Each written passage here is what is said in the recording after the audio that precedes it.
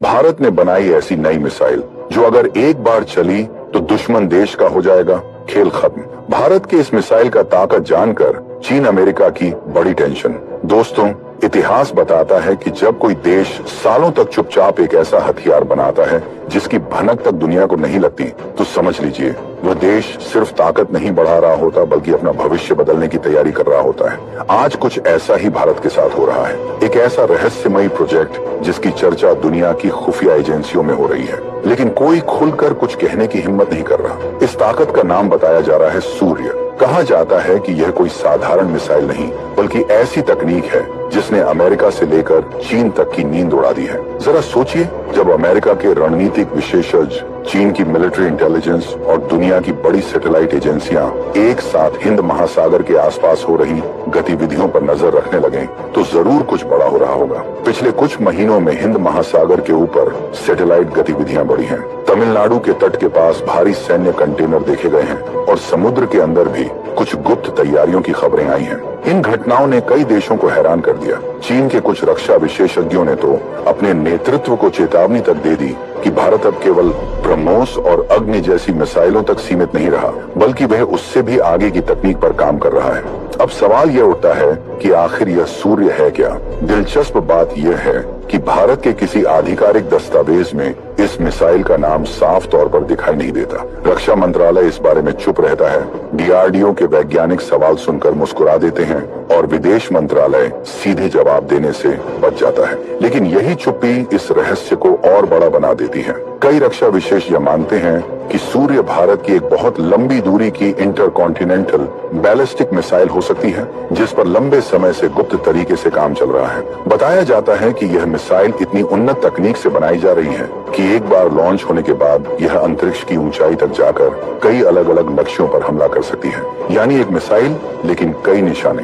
अगर ऐसी तकनीक के साथ परमाणु या हाइड्रोजन वॉरहेड जोड़ दिया जाए तो इसकी ताकत कितनी खतरनाक हो सकती है, इसका अंदाजा लगाया जा सकता है। यही कारण है कि अमेरिका के रक्षा मुख्यालय पेंटागन में भी इस संभावित परियोजना को लेकर चिंता की बातें होने लगी हैं। कुछ रिपोर्टों में यह भी कहा गया कि अगर भारत की इस मिसाइल की रेंज 18,000 किलोमीटर से ज्यादा है तो इसका मतलब है कि पहली बार भारत की पहुंच सीधे अमेरिका के मुख्य भूभाग तक हो सकती है। यानी सिद्धांत रूप से अमेरिका के बड़े शहर भी इसकी रेंज में आ सकते हैं। अब तक भारत की परमाणु नीति साफ रही है कि भारत पहले हमला नहीं करेगा और अपनी ताकत केवल सुरक्षा के लिए रखेगा। लेकिन सूर्य जैसी तकनीक यह दिखाती है कि भारत अपनी रणनीतिक क्षमता को और मजबूत बनाना चाहता है। चीन के लिए यह खबर और भी ज्यादा चिंता का कारण बन गई है। बीजिंग के कई रणनीतिक संस्थानों ने कहा कि अगर भारत ने सच में इतनी लंबी दूरी और कई वॉरहेड वाली मिसाइल बना ली है तो एशिया का पूरा सैन्य संतुलन बदल सकता है। चीन अब तक अपनी डोंगफेंग मिसाइलों के दम पर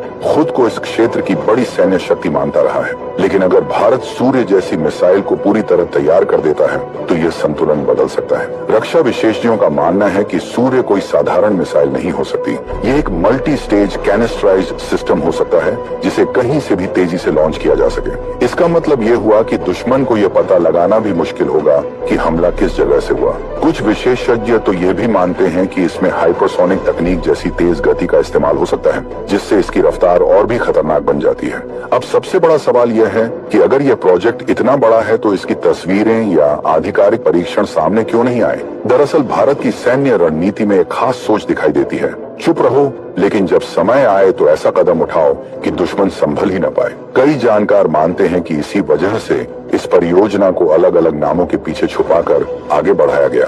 कभी इसे लंबी दूरी के परीक्षण कार्यक्रम का हिस्सा बताया गया, कभी अंतरिक्ष अनुसंधान से जुड़ी गतिविधि कहा गया और कभी इसे अग्नि श्रृंखला के विस्तार की तरह पेश किया गया। लेकिन कुछ रिपोर्टों में दावा किया गया कि 2022 के आसपास ओडिशा के समुद्री इलाके में एक रहस्यमयी परीक्षण हुआ था। उस दौरान रात के समय समुद्र के ऊपर तेज रोशनी आसमान की तरफ जाती देखी गई और कुछ समय बाद दूर समुद्र में तेज विस्फोट जैसा दृश्य दिखाई दिया। उस घटना के बारे में भारत की तरफ से कोई आधिकारिक जानकारी नहीं दी गई, लेकिन कुछ अंतर्राष्ट्रीय विश्लेषकों ने इसे भारत की नई लंबी दूरी की प्रणाली का संभावित परीक्षण बताया। जैसे ही ऐसी खबरें सामने आईं, चीन के सोशल मीडिया और सैन्य फोरमों पर चर्चा तेज हो गई। लोग सवाल करने लगे कि क्या भारत अब उस स्तर की तकनीक तक पहुंच चुका है जिसकी कल्पना कभी शीत युद्ध के दौर में अमेरिका और सोवियत संघ के बीच की प्रतिस्पर्धा में की जाती थी। लेकिन भारत ने हमेशा की तरह चुप्पी बनाए रखी, न पुष्टि की और न ही इनकार किया।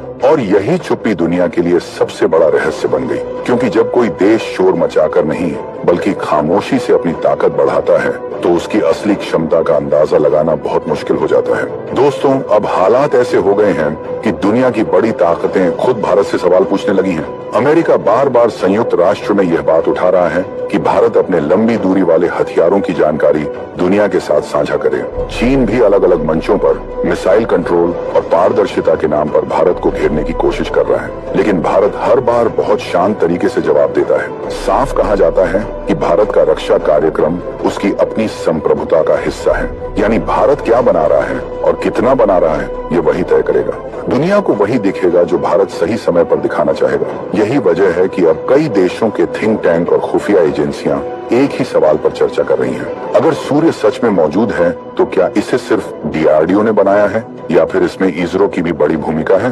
क्योंकि इतनी लंबी दूरी तक सटीक निशाना लगाने वाली मिसाइल को बनाना आसान काम नहीं होता। इसके लिए सैटेलाइट गाइडेंस, अंतरिक्ष से ट्रैकिंग और सुरक्षित कम्युनिकेशन सिस्टम की जरूरत होती है। पिछले कुछ सालों में भारत ने जिस तेजी से अपने पृथ्वी निगरानी, सैटेलाइट, निसार मिशन और सुरक्षित संचार तकनीक पर काम किया है, उससे कई विशेषज्ञों को लगने लगा है कि सूर्य की असली ताकत जमीन पर ही नहीं बल्कि अंतरिक्ष से भी जुड़ी हुई हो सकती है। यही भारत की असली ताकत दिखाई देती है।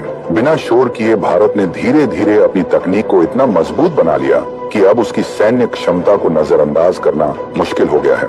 सूर्य को लेकर जो अनुमान लगाए जा रहे हैं उनके अनुसार इसकी रेंज 18,000 किलोमीटर से भी ज्यादा हो सकती है। अगर यह सच है तो इसका मतलब है कि सिद्धांत रूप से दुनिया का कोई भी हिस्सा भारत की पहुंच से बाहर नहीं रहेगा। यह सिर्फ दूरी की बात नहीं है बल्कि उस तकनीकी ताकत का संकेत है जिसे भारत ने सालों की मेहनत से हासिल किया है। कुछ विशेषज्ञों का मानना है कि सूर्य 3 चरणों वाली मिसाइल हो सकती है। पहले 2 चरण ठोस ईंधन से चलते हैं जो इसे बहुत तेज रफ्तार से ऊपर अंतरिक्ष की ओर भेजते हैं। इसके बाद तीसरे चरण में तरल ईंधन या क्रायोजेनिक बूस्टर जैसी तकनीक इस्तेमाल हो सकती है जिससे इसे और ज्यादा गति मिलती है। इसी वजह से यह इतनी तेजी से आगे बढ़ सकती है कि दुश्मन को प्रतिक्रिया देने का समय ही न मिले। कुछ आकलनों में इसकी रफ्तार मैक 15 से भी ज्यादा बताई जाती है, यानी जब तक कोई देश इसे अपने रडार पर पहचान पाएगा तब तक यह अपने लक्ष्य के बहुत करीब पहुंच चुकी होगी।